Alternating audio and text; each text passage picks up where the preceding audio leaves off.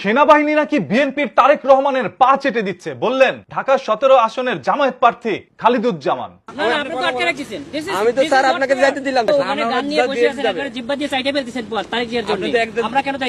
কিছুক্ষণ আগে খালিদুজ্জামান ঢাকার ক্যান্টনমেন্ট দিয়ে গাড়ি নিয়ে বেরোতে নিচ্ছিল, তখন সেনাবাহিনী তার পথ রোধ করে গাড়ি থেকে তাকে বের করে নিয়ে আসেন এবং তাকে সার্চ করে তার সাথে গানম্যান পান, যার সাথে একটি গান রয়েছিল।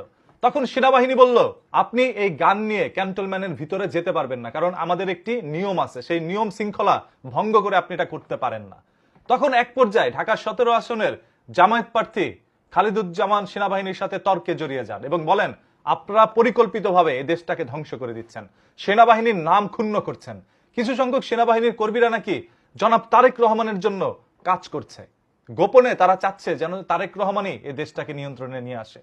এইভাবে একের পর এক মন্তব্য করতে থাকে জামায়াতের প্রার্থী খালিদুজ্জামান। তবে সেনাবাহিনীও তার সাথে কোনো ধরনের বাজে আচরণ করেনি, শুধু কথা একটাই, গানম্যান নিয়ে আপনি ভিতরে যেতে পারবেন না।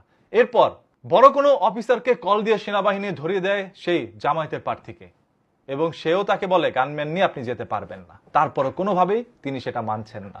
তিনি বলছেন, তার অভিযোগ, তারেক রহমান এই ক্যান্টনমেন্ট দিয়ে গানম্যান সহ যেতে পারলেও তিনি কেন যেতে পারবেন না? এখন তারেক রহমান কি আসলে ক্যান্টনমেন্টের ভিতর দিয়ে গানম্যান নিয়ে প্রবেশ করেছিল? এরকম কোনো তথ্য প্রমাণ কি আপনাদের কাছে আছে?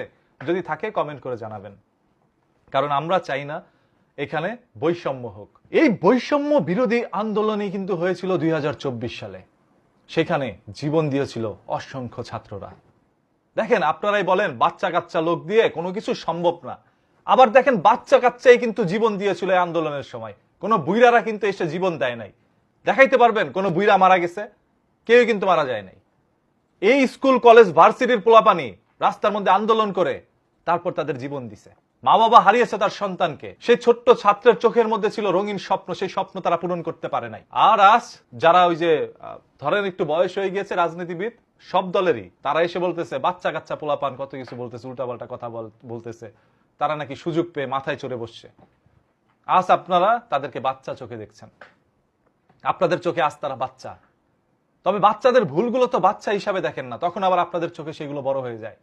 আজ সেনাবাহিনী যে কথা বলছে, ক্যান্টনমেন্টের মধ্যে গানম্যান নিয়ে আপনি ঢুকতে পারবেন না, এখন এটা তাদের নিয়ম আছে, নিয়মের বাইরে তো তারা কাজ করতে পারে না। আর সেই জামায়াতের প্রার্থী খালিদুজ্জামানের অভিযোগ যে নির্বাচন কমিশন থেকেই তো আমাকে গানম্যান দিয়েছে আমার নিরাপত্তার জন্য, তাহলে তাকে নিয়ে কেন আমি ক্যান্টনমেন্ট পাড়ি দিতে পারবো না? এটা হচ্ছে তার অভিযোগ। আর সেনাবাহিনী ভাই, সবসময় সেনাবাহিনী কিন্তু রুলসের বাইরে কাজ করতে পারে না। এখন তাদের যদি এটা রুলস হয়ে থাকে, তাহলে কখনোই আপনি রুলস ভঙ্গ করতে পারবেন না। এবার আপনি যত বড় নেতাই হন, যেই হন,